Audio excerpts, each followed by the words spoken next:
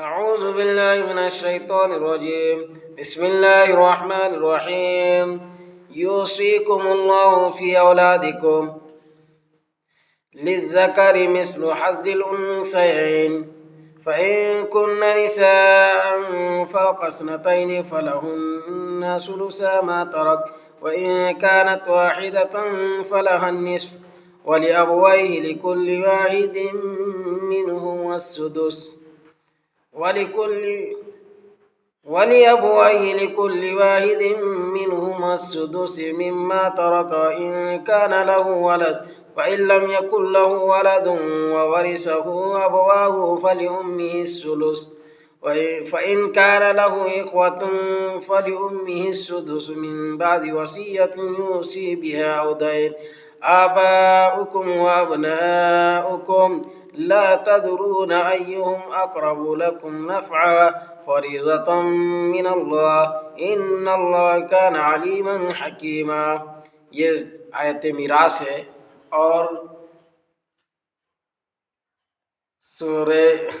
نساء کے اندر یہ آیت موجود ہے، صفحہ نمبر 79 کے اندر، پہلا صفحہ ہے 79 کا۔ اس آیت مبارکہ میں اللہ تبارک و تعالیٰ نے حصے بیان کیے ہیں۔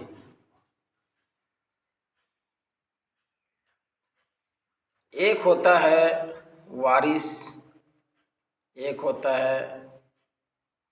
مورث اور ایک ہوتا ہے میراث۔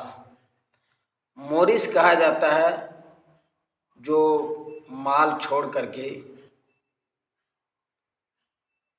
زمین جائیداد چھوڑ کر کے مر جائے، اس کو مورث کہا جاتا ہے۔ اور میراث اس کو کہا جاتا ہے جو چھوڑا، جس سے جو مال چھوڑ کر کے مرا تو چھوڑنے والے کو مورث کہا جاتا ہے، اور جو کچھ چھوڑ کر کے گیا ہے وہ اشیاء میراث کہلاتا ہے۔ اور وارث حقدار کو، جو حقدار ہے، تو کون کون سے لوگ حقدار ہیں؟ پہلے یہ ہوتا تھا کہ جو جس کے قریب ہوتا تھا وہ زمین جائیداد سب رکھ لیتا تھا۔ اب اللہ تبارک و تعالیٰ نے حصے تقسیم کر دیے، بانٹ دیے قرآن کریم میں، اور وہ کل 12 افراد ہیں جن کے حصے مقرر کیے قرآن کریم میں۔ 12 میں سے 4 مرد ہیں اور 8 عورتیں ہیں۔ مرد 4 کون ہیں؟ جن کو اصحاب الفرائض بھی کہا جاتا ہے اور ذوی الفروج بھی۔ وہ 4 یہ ہیں، سب سے پہلے باپ میراث کا حقدار ہوگا، اس کے بعد دادا بھی میراث کا حقدار، اسی طریقے سے اخیافی بھائی کہا جاتا ہے ماں شریک اولاد کو، ماں شریک بھائی۔ اس کے بعد شوہر، یہ 4 ہیں جو مرد ہیں۔ یہ اصحاب الفرائض 12 ہیں، ان میں سے 4 مرد ہیں اور 8 عورتیں ہیں۔ نمبر 1 دادی، اس میں نانی بھی آ گئی، دادی نانی دونوں۔ اس کے بعد دوسرے نمبر پر ماں ہے، تیسرے نمبر پر بیوی ہے، چوتھے نمبر پر بیٹی ہے، 5ویں نمبر پر پوتی ہے، پھر 6ٹھے نمبر پر حقیقی بہن، 7ویں نمبر پر اللاتی بہن، 8ویں نمبر پر اخیافی بہن۔ اخیافی بھائی بہن کے بارے میں تو بتا دیا گیا۔ اخیافی بہن اس کو کہا جاتا ہے جس میں ماں شریک ہو، ایک ماں ہے، اب اس کی 2 جگہ شادی ہوئی، پہلے جگہ شادی ہوئی تھی، طلاق پڑ گئی، اس سے بال بچہ ہوا، بال بچے شوہر کے پاس رہ گیا، اور وہ پھر دوسرے جگہ شادی کر لی، پھر وہاں بھی کیا ہے، شادی ہونے کے بعد بال بچہ ہوا، تو اب دوسرے شوہر کا اور پہلے شوہر کے دونوں کا بال بچہ دونوں کا بال بچہ، ماں تو ایک ہے، تو ماں کے زمین کا جو کیا ہے حصہ تقسیم ہوگا تو یہ دونوں حقدار ہوگا، اخیافی بھائی بہن۔ اللاتی بھائی بہن کہا جاتا ہے باپ شریک ہو، ایک باپ نے چند بیویاں ایک یا چند نکاح کر رکھے ہیں، ایک سے زائد عورتوں سے شادی کر لیے ہیں، اور ان کی اولاد کو اللاتی بھائی بہن کہا جاتا ہے۔ تو 12 ہیں جن کے یہ کیا حصے متعین ہیں۔ اب اسی ضمن میں یہ بات بھی سمجھ لیجئے کہ وراثت میں مال تقسیم ہونے میں غریبی کو نہیں دیکھا گیا ہے کہ کہیں میراث تقسیم ہو رہا ہو اور وہاں آ کر کے کوئی غریب آدمی یہ کہے کہ ہم غریب ہیں، ہم کو بھی میراث دے دیجیے، نہیں، بلکہ میراث میں 2 چیز کا لحاظ کیا گیا ہے، ایک نسبی اور ایک سسرالی، 2 چیز مساہرت جسے کہا جاتا ہے، یعنی یا تو نسب کی وجہ سے اس کو ملے گا، خونی رشتے کو اعتبار کیا گیا ہے، یا سببی سسرالی رشتے کی وجہ سے، تو 2 وجہ سے جو کیا ہے حصے حقدار ہوگا۔ رہا مسئلہ کہ لڑکا داماد اپنے سسر کی زمین کا حصہ دار نہیں ہوگا، اسی طریقے سے بہو اپنے سسر کی جائیداد کا حصہ دار نہیں ہوگی، یہ دونوں کا حصہ جو کیا ہے باپ کے زمین جائیداد میں حصے دار ہوں گے۔ بیٹا ہے تو بیٹا اپنے باپ کے زمین جائیداد کے حقدار ہوگا، اسی طرح کہ بیٹی ہے تو بیٹی کا بھی زمین جائیداد کے حصے دار اور حقدار بنیں گے۔ یہ آیت نازل ہوئی حضرت جابر بن عبداللہ رضی اللہ تعالیٰ عنہ کی روایت ہے، وہ کہتے ہیں کہ میں غشی کے حالت میں تھا، حضرت ابو بکر اور نبی کریم صلی اللہ علیہ وسلم دونوں آئے میرے پاس اور پانی منگوائے، اور پانی منگوانے کے بعد وضو فرمایا، وضو کرنے کے بعد میرے اوپر پانی چھڑک دیے، غشی دور ہو گئی، بیدار ہوا میں، نبی کریم صلی اللہ علیہ وسلم سے میں نے کہا کہ یا رسول اللہ میرا مال جائیداد ہے اس کا میں کیا کروں، تو اس وقت یہ آیت نازل ہوئی۔ دیکھیے، یوصیکم اللہ فی اولادکم، خدا تعالیٰ تمہاری اولاد کے بارے میں تمہیں حکم ارشاد فرماتا ہے، للذکر مثل حظ الانثیین، للذکر مثل حظ الانثیین، ایک لڑکے کا حصہ 2 لڑکیوں کے برابر، 2 لڑکیوں کے حصے کے برابر ہیں۔ فَإِن كُنَّ نِسَاءً فَوْقَ اثْنَتَيْنِ فَلَهُنَّ ثُلُثَا مَا تَرَكَ، یہ چیز بتا دی گئی کہ ایک لڑکے کا حصہ 2 لڑکیوں کے حصے کے برابر ہے، یعنی اگر کوئی آدمی مر رہا ہے اور اگر اس نے ایک بیوی چھوڑ دیا اور 2 لڑکا ہے، 2 لڑکیاں ہیں، 2 لڑکے اور 2 لڑکیاں ہیں، تو اب یہ کیا ہے یہ حصہ جو تقسیم ہوگا، لڑکی ماں کو یعنی بیوی کو، شوہر مر رہا ہے تو بیوی کو سمن ملے گا، 8 جگہ اشیاء کو تقسیم کریں گے، 8واں حصہ بیوی کو ملے گا، اور 7 حصے جو بچیں گے وہ 7 حصے اولاد کے درمیان تقسیم کی جائے گی۔ وہ کس طریقے سے، 2 لڑکا ہے اور 2 لڑکیاں، تو 2 لڑکے کو 4 لڑکا شمار کیا جائے گا اور 2 لڑکیوں کو 2 ہی لڑکی، تو کل 6 وہ حصہ 6 جگہوں میں تقسیم ہو کر کے 4 حصے 2 حصہ کر کے 4 حصے لڑکے کو ملیں گے اور ایک حصہ لڑکی کو ملیں گے، اس طریقے سے تقسیم ہوگی۔ اب کہتے ہیں فَإِن كُنَّ نِسَاءً فَوْقَ اثْنَتَيْنِ فَلَهُنَّ ثُلُثَا مَا تَرَكَ وَإِن كَانَتْ وَاحِدَةً فَلَهَا النِّصْفُ، اور اگر اولاد میت بیٹیاں ہی ہو، یعنی دو یا دو سے زیادہ بیٹی ہے، دو ہو یا دو سے زیادہ جو مرا ہے اس کی بیٹیاں ہی بیٹی ہو، تو ان کے لیے ثلث ہے، 2/3 ثلثہ، 2/3 2/3 حصہ ملے گا کل ترکہ میں سے۔ اور اگر ایک ہو تو اس کے لیے نصف، یعنی 1/2۔ وَلِأَبَوَيْهِ لِكُلِّ وَاحِدٍ مِّنْهُمَا السُّدُسُ مِمَّا تَرَكَ إِنْ كَانَ لَهُ وَلَدٌ، اور ماں باپ کا ان دونوں میں سے ہر ایک کے لیے سدس ہے، ترکہ میں سے اگر ہو اس کی اولاد۔ فَإِن لَّمْ يَكُن لَّهُ وَلَدٌ وَوَرِثَهُ أَبَوَاهُ فَلِأُمِّهِ الثُّلُثُ، بس اگر اس کی کوئی اولاد نہ ہو تو ماں باپ اس کا وارث ہوگا اور ماں کو ثلث ملے گا، تو ماں کو ثلث۔ فَإِن كَانَ لَهُ إِخْوَةٌ فَلِأُمِّهِ السُّدُسُ مِن بَعْدِ وَصِيَّةٍ يُوصِي بِهَا أَوْ دَيْنٍ، بس اگر اس کے یعنی میت کے بھائی ہوں تو ماں کو سدس ملے گا، سدس، اور یہ سدس کب ملے گا؟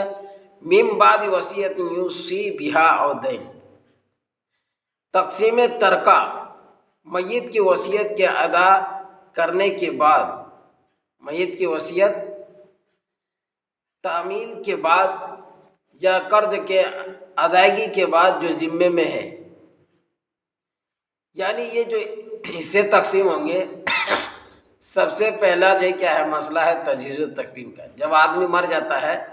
تو مرنے کے بعد سب سے پہلا مسئلہ جب پیش آتا ہے وہ یہ ہے کہ اس کو تجہیز و تکفین کیسے کیا جائے۔ تو تجہیز و تکفین کیا جائے گا اس کے مال جائیداد سے اور مال سے، پیسے سے، مال و زر سے۔ اس کے بعد دوسرے نمبر میں اگر اس نے وصیت کر رکھا ہے تو پھر وصیت اس کے مال سے ادا کیا جائے گا، لیکن وصیت بھی یہ کیا ہے پورا کہ سب مال کا وصیت کر دیا ہے تو اس کے لیے یہ کیا ہے جائز نہیں ہے، اور وہ پورا نہیں کیا جائے، تہائی حصہ وصیت کر سکتے ہیں، اور وہ بھی ان لوگوں کے لیے وصیت کر سکتے ہیں جن کا حصہ مقرر نہیں ہے، جیسے پوتا ہے یا یہ کیا ہے دوست یار ہے یا دور کے رشتہ دار ہے، جیسے اصحاب الفرائض جو میں نے گنوایا وہ 12 ہے، ان کے حصے مقرر ہیں، ان کے لیے وصیت جائز نہیں۔ اگر کوئی باپ مر رہا ہے اور دیکھ رہا ہے کہ میرا چھوٹا بیٹا زیادہ کیا مان دان کیا ہے، اچھا سے رکھا ہے، اور سب کیا ہے اولاد میں یہ بہتر ہے، اچھا ہے، ہم کو کھلایا پلایا، تو آخر عمر میں باپ نے کیا کہہ دیا کہ میرے بیٹے کے لیے فلاں کیا زمین میں لکھ دیتا ہوں یا وصیت کر جاتا ہوں، تو یہ وصیت اس کے کیا ہے وصیت معتبر اور قابل قبول نہیں۔ کیوں؟ اس لیے کہ ان کے لیے حصہ متعین ہے، بھائیوں کے درمیان تقسیم کیا جائے گا، بھائی بہنوں کے درمیان، یعنی مرنے والے کے بال بچوں کے درمیان تقسیم کیا جائے گا جو حصہ متعین کیا اللہ تعالیٰ نے۔ اور اگر کیا ہے اس وصیت پر اگر فریقین راضی ہیں تو پھر یہ الگ بات ہے۔ حدیث پاک میں آتا ہے کہ آدمی 60 سال تک عبادت کرتے رہتا ہے، اللہ کی عبادت کرتا ہے، لیکن آخر عمر میں ایسا ہوتا ہے کہ وہ اپنے زمین جائیداد یا وراثت کیا ہے کسی کے دے دیتا ہے اور اپنی اولاد کو وہ محروم کر دیتا ہے، تو کل قیامت کے دن اس کو جنت سے اس کا حصہ کاٹ لیا جائے گا، بہت سخت۔ اس لیے کیا ہے اولاد کے لیے کیا ہے جو حصے دار ہوں گے ان کا حصہ رکھ دینا چاہیے، اس کو ختم نہیں کر دینا چاہیے۔ اب دیکھیے یہاں ترجمہ کہ کہتے ہیں کہ یہ کیا ہے تقسیم ہوگا تو پہلے تجہیز و تکفین اور اس کے بعد وصیت جو کیا ہے وصیت ادا کیا جائے گا پہلے، اس کے بعد اگر میت کے ذمے میں قرضہ ہے، کسی کے قرضہ لے رکھا اور پھر انتقال ہو گیا تو پھر قرض ادا کرنے کے بعد کیا ہے میراث تقسیم کیا جائے گا۔ اب کہتے ہیں آباؤکم و ابناؤکم لا تدرون ایہم اقرب لکم نفعا فریضۃ من اللہ ان اللہ کان علیما حکیما۔ اللہ تعالیٰ کیا کہتے ہیں کہ تمہیں نہیں معلوم کہ تمہارے باپ داداؤں اور بیٹوں پوتوں میں تم میں سے نفع کے اعتبار سے کون زیادہ قریب ہے۔ یہ حصہ اللہ کا مقرر کیا ہوا ہے، بے شک اللہ تعالیٰ جاننے والا حکمت والا ہے۔ یعنی کون زیادہ نفع جو کیا ہے اور فائدے کے لائق ہے، کون اولاد، کون باپ داداؤں میں یا بیٹوں پوتوں میں کون زیادہ نفع کے یہ کیا ہے نفع دے گا، یہ جو کیا ہے انسان کو نہیں معلوم ہے، اللہ کو معلوم ہے۔ اللہ تعالیٰ نے جو حصہ مقرر کیا ہے اسی کے مطابق انسانوں کو عمل کرنا چاہیے اور چلنا چاہیے، اسی میں خیر ہے۔ وَلَكُمْ نِصْفُ مَا تَرَكَ أَزْوَاجُكُمْ إِن لَّمْ يَكُن لَّهُنَّ وَلَدٌ، اور تمہاری عورتیں جو چھوڑ مرے تو تمہارے لیے نصف مال ہے، اور تمہاری عورتیں بیویاں جو چھوڑ مرے یا ترکہ میں سے، تمہاری عورتوں کی ترکہ میں سے جو تمہارے لیے نصف ہے، اگر اس کی اولاد نہ ہو۔ فَإِنْ كَانَ لَهُ وَلَدٌ فَلَكُمُ الرُّبُعُ مِمَّا تَرَكْنَ مِنْ بَعْدِ وَصِيَّةٍ يُوصِينَ بِهَا أَوْ دَيْنٍ، اور اگر اس کی اولاد ہو تو تمہارے لیے ربع ہے ترکہ میں سے، بعد وصیت کے جو اس نے کیا، یعنی وصیت ادا کرنے کے بعد جو اس نے کیا یا قرض کی ادائیگی کے بعد جو اس کے ذمے میں ہے۔ یہ یعنی اگر بیوی کا انتقال ہو جائے اور شوہر چھوڑ جائے تو اس میں سے یہ کیا ہے اور اگر اس کی اولاد نہ ہو تو 1/4 شوہر کو ملے گا، اور اگر وہ مرنے والی بیوی مر گئی اور اس نے اولاد بھی چھوڑ رکھی ہے اور شوہر بھی، تو پھر اس شوہر کو اگر اولاد نہ چھوڑی ہے تو نصف ملے گا، اگر اولاد نہیں چھوڑی ہے تو پھر نصف ملے گا، اور اگر اولاد چھوڑی ہے تو پھر اس کے لیے ربع ملے گا، 1/4 ملے گا۔ یہ جگہ ہے، اور یہ سب کب ہوگا؟ ادائے وصیت اور ادائے قرض کے بعد۔ وَلَهُنَّ الرُّبُعُ مِمَّا تَرَكْتُمْ إِن لَّمْ يَكُن لَّهُ وَلَدٌ،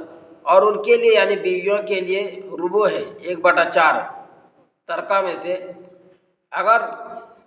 اس میں سے جو تم چھوڑ مرے،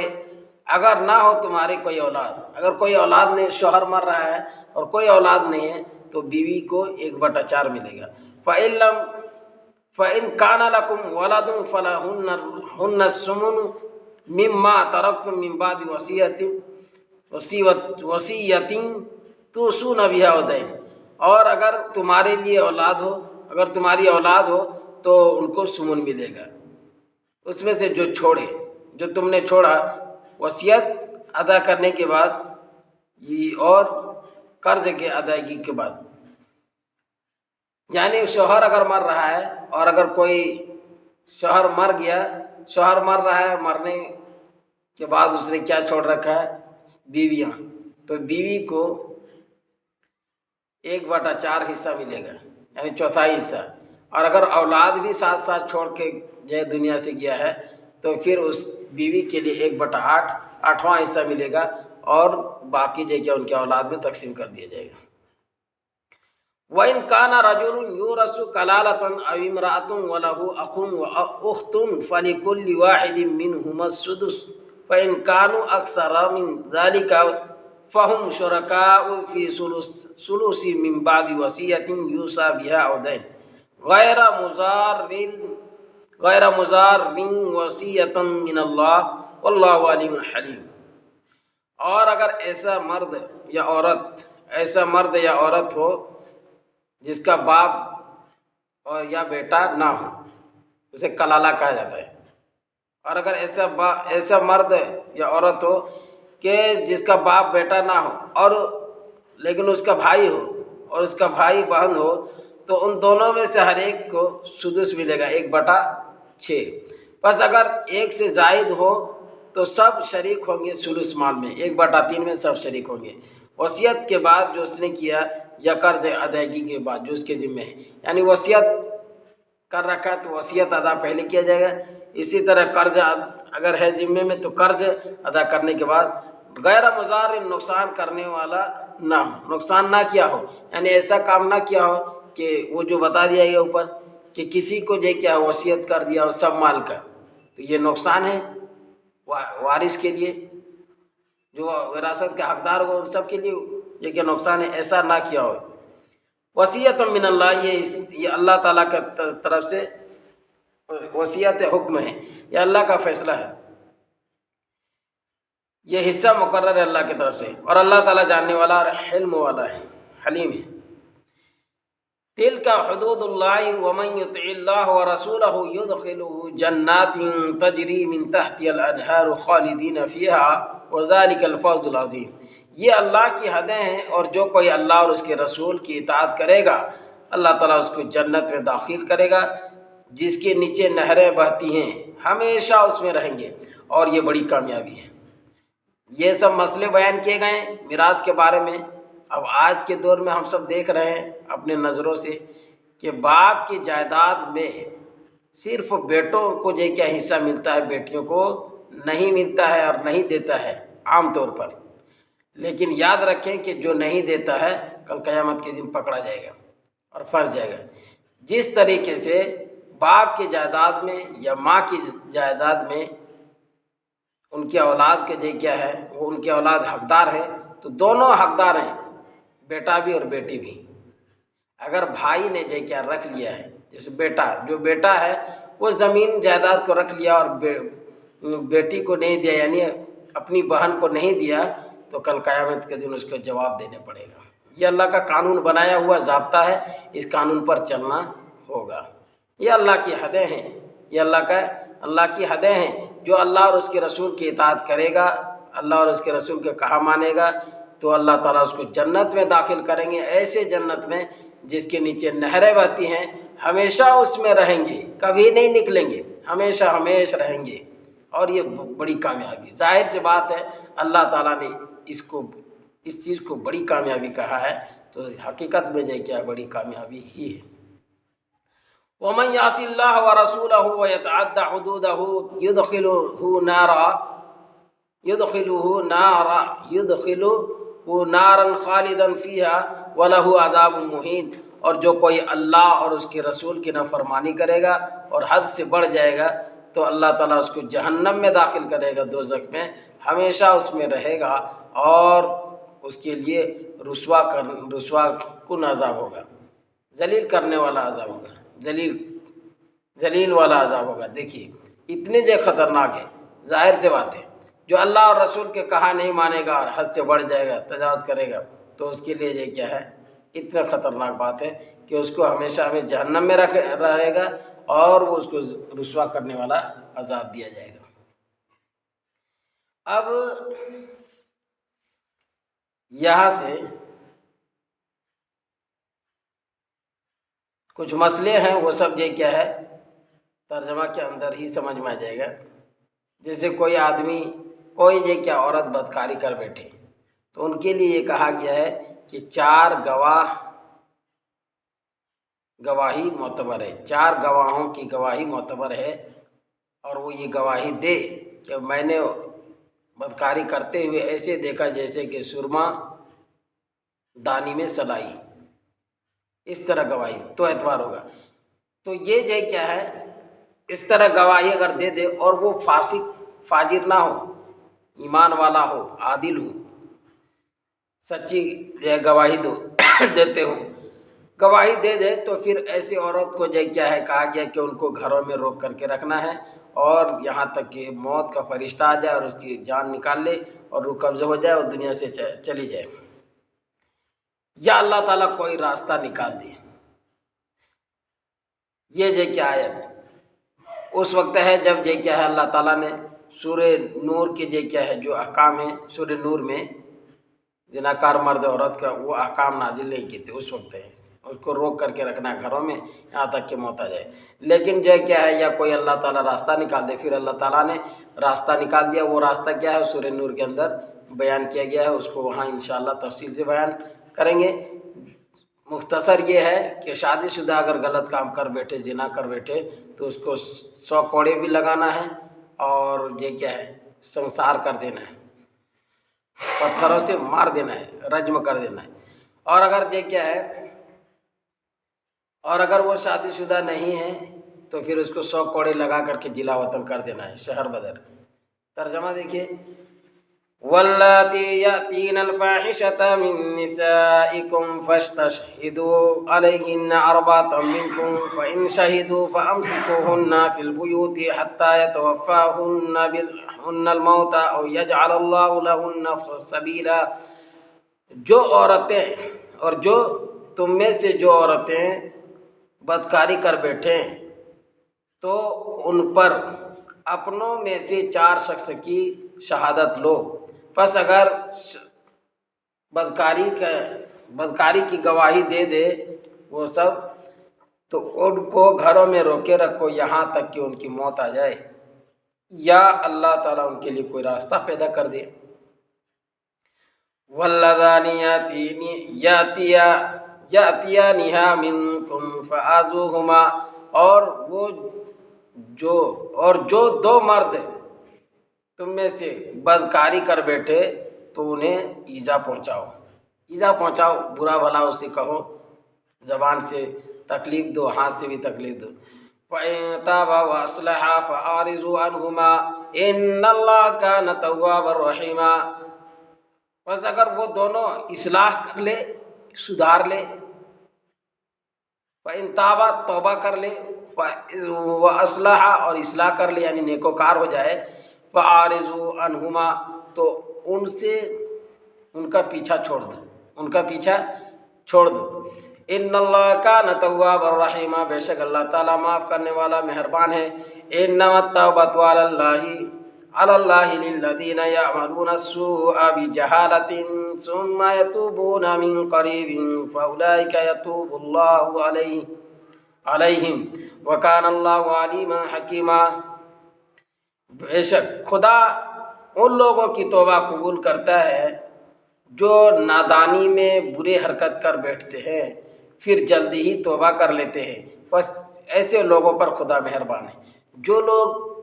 نادانی میں انجانے سے کوئی گناہ کر لیا، کوئی حرکت،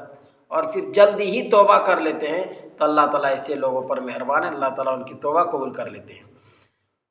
وَكَانَ اللَّهُ عَلِيمًا حَكِيمًا، اور اللہ تعالیٰ جاننے والا ہے، حکمت والا ہے۔ وَلَيْسَتِ التَّوْبَةُ لِلَّذِينَ يَعْمَلُونَ السَّيِّئَاتِ حَتَّى إِذَا حَضَرَ أَحَدَهُمُ الْمَوْتُ قَالَ إِنِّي تُبْتُ الْآنَ وَلَا الَّذِينَ يَمُوتُونَ وَهُمْ كُفَّارٌ۔ اور ان لوگوں کی توبہ قبول نہیں ہوتی جو عمر بھر برے کام کرتے رہے، یہاں تک کہ جب ان میں سے کسی کا موت آئے تو کہا کہ میں اب توبہ کرتا ہوں۔ اور نہ ان لوگوں کی توبہ جو کفر ہی میں مرا، یہی لوگ ہیں کہ ہم نے ان کے لیے دکھ دینے والا عذاب تیار کر رکھا ہے۔ اولئک اعتدنا لهم عذابا الیما، یہی لوگ ہیں کہ ان کے لیے ہم نے دکھ دینے والا عذاب تیار کر رکھا ہے۔ جو لوگ عمر بھر گناہ کرتے رہے اور جب موت کا ٹائم آ گیا، گرگرا کے وقت، اب کہنے لگا کہ اب میں توبہ کرتا ہوں، تو اس کی توبہ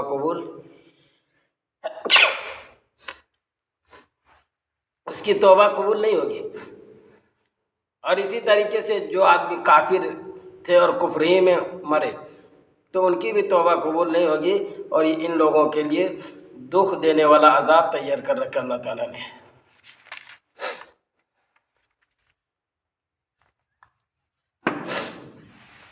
یا ایھا الذین آمنوا لا یحل لکم ان ترثوا النساء کرہا،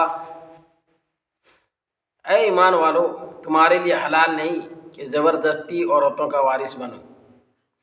پہلے یہ ہوتا تھا زمانہ جاہلیت میں کہ جب باپ کا انتقال ہوتا تھا تو بڑا بیٹا ماں کے اوپر کپڑا ڈال دیتا تھا اور کہتا تھا کہ اب یہ کیا ہے، میں نے اس سے نکاح کر لیا، اور جو دین مہر ہے یا زمین جائیداد ہے باپ کا، ان تمام چیزوں کا حقدار میں ہوں۔ یا قریبی رشتہ دار جو ہوتا تھا ان لوگ بھی ایسا ہی کرتا تھا، یا ایسا نہیں کرتا لیکن اتنا ضرور کرتا کہ کوئی اگر دوسرے جے کے آدمی شادی کرتا تھا تو اس کو روک کر کے رکھتا تھا کہ شادی نہیں کرنے دیں گے، اور کرنے بھی دیں گے تو ایک شرط پر، وہ یہ ہے کہ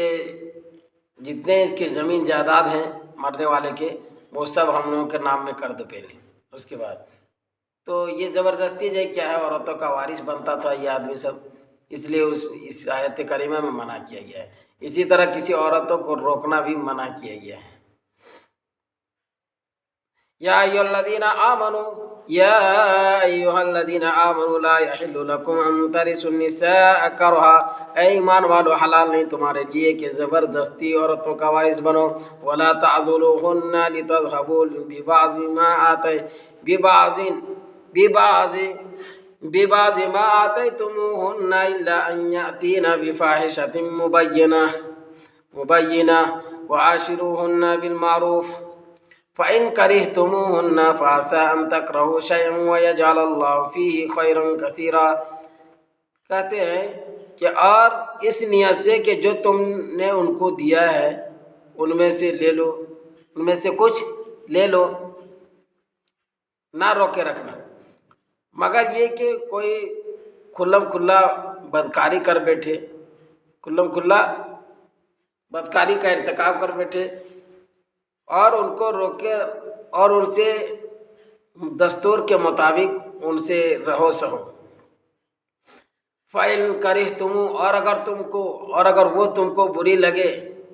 تو ممکن ہے یا عجب نہیں کہ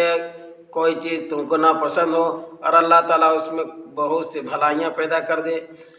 إِنْ أَرَدْتُمُ اسْتِبْدَالَ زَوْجٍ مَّكَانَ زَوْجٍ، اور اگر تم ایک بیوی کی جگہ دوسری بیوی کو بدلنا چاہو، وَآتَيْتُمْ إِحْدَاهُنَّ قِنْطَارًا، اور تم نے ان میں سے پہلی بیوی کو بہت سے مال دے رکھے ہو، فَلَا تَأْخُذُوا مِنْهُ شَيْئًا، تو اس سے دیا ہوا مال تو تم اس سے کچھ بھی نہیں لے سکتے ہو، مال واپس نہیں لے سکتے ہو۔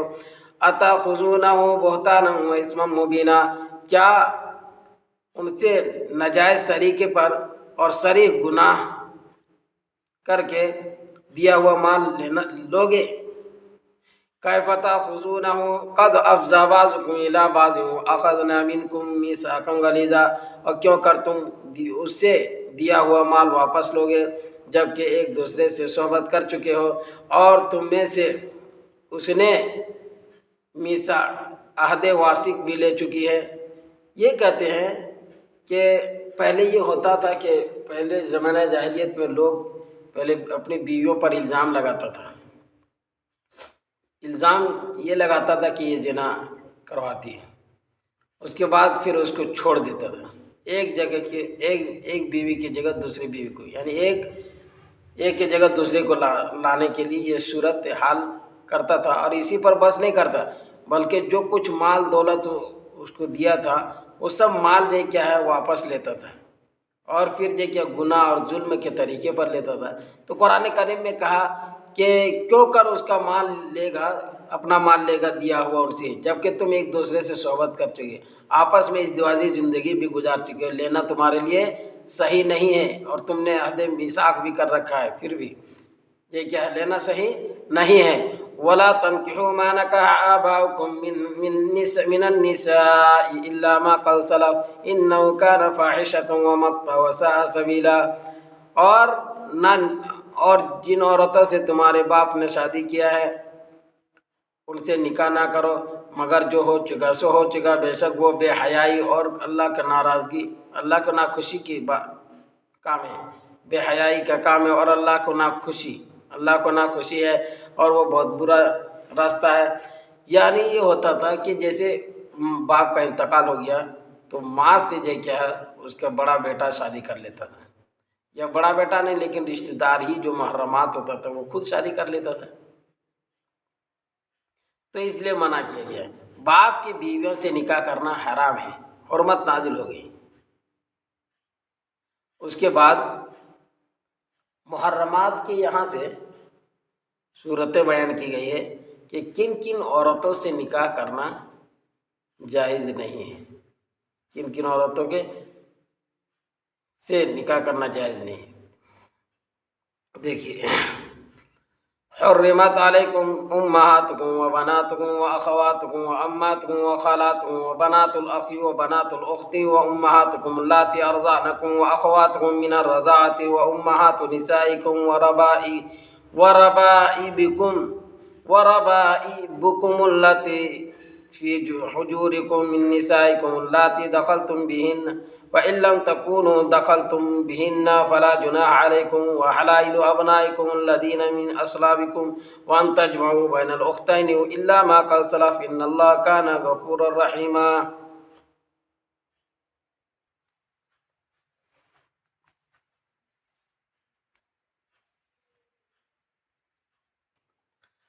تو یہاں سے ان عورتوں سے نکاح حرام کیا گیا ہے، جتنے عورتیں ہیں ان کو بیان کیا گیا ہے۔ دیکھیے، حرمت علیکم، کون کون سی عورت ہیں؟ تمہاری مائیں، حرمت علیکم امہاتکم، حرام کی گئی ہے تم پر، حرام کر دیا گیا ہے تم پر تمہاری مائیں، و بناتکم، اور تمہاری بیٹیاں، و اخواتکم، تمہاری بہنیں، و اماتکم، تمہاری پھوپھیاں، و خالاتکم، تمہاری خالائیں، و بنات الاخی، اور بھائی کی بیٹی بھتیجیاں، وہ بنات الاختی، اور بہن کی بیٹی بھانیاں، وہ امہاتکم اللاتی ارضعنکم، اور وہ تمہاری وہ مائیں جس سے تم دودھ پیا ہے یا جس نے تم کو دودھ پلایا، رضائی مائیں اور رضائی مائیں، وہ اخواتکم من الرضاعہ، اور دودھ شریک بہنیں، تمہاری وہ بہنیں جو دودھ شریک ہوں، دودھ میں شریک ہو، یعنی تمہاری رضائی بہنیں، و امہات نسائکم، اور تمہاری بیویوں کی مائیں یعنی ساس سے، و ربائکم اللاتی فی حجورکم من نسائکم، اور جن عورتوں سے تم نے مباشرت کی ہے ان کی اولاد سے جو تمہارے پرورش میں ہے، یا جو جس کا تم پرورش کرتے ہو، بس اگر ان سے مباشرت نہ کی ہو تو کوئی گناہ نہیں تم پر۔ وَحَلَائِلُ أَبْنَائِكُمُ الَّذِينَ مِنْ أَصْلَابِكُمْ، تمہارے صلبی بیٹوں کی بیویاں، وَأَن تَجْمَعُوا بَيْنَ الْأُخْتَيْنِ، اور یہ کہ دو بہنوں کو جمع کرنا یہ بھی حرام ہے، إِلَّا مَا قَدْ سَلَفَ، مگر جو ہو چکا وہ ہو چکا، إِنَّ اللَّهَ كَانَ غَفُورًا رَّحِيمًا، بے شک اللہ تعالیٰ معاف کرنے والا اور رحم کرنے والا۔ اتنے جو کیا ہے یہ سب جو کیا بیان کیے گئے ہیں، ان سب عورتوں سے نکاح کرنا حرام ہے، ان سب عورتوں سے نکاح کرنا حرام ہے۔ کون کون سی عورتیں تھیں؟ سب سے پہلی ماں سے نکاح کرنا حرام، کیونکہ زمانہ جاہلیت میں کر لیتا تھا، اپنی ماں سے ہی خود نکاح کر لیتا تھا، اس لیے اللہ تعالیٰ نے قرآن نازل کر کے حکم لاگو کر دیا کہ اب یہ کیا ہے، کچھ نہیں کرنا ہے،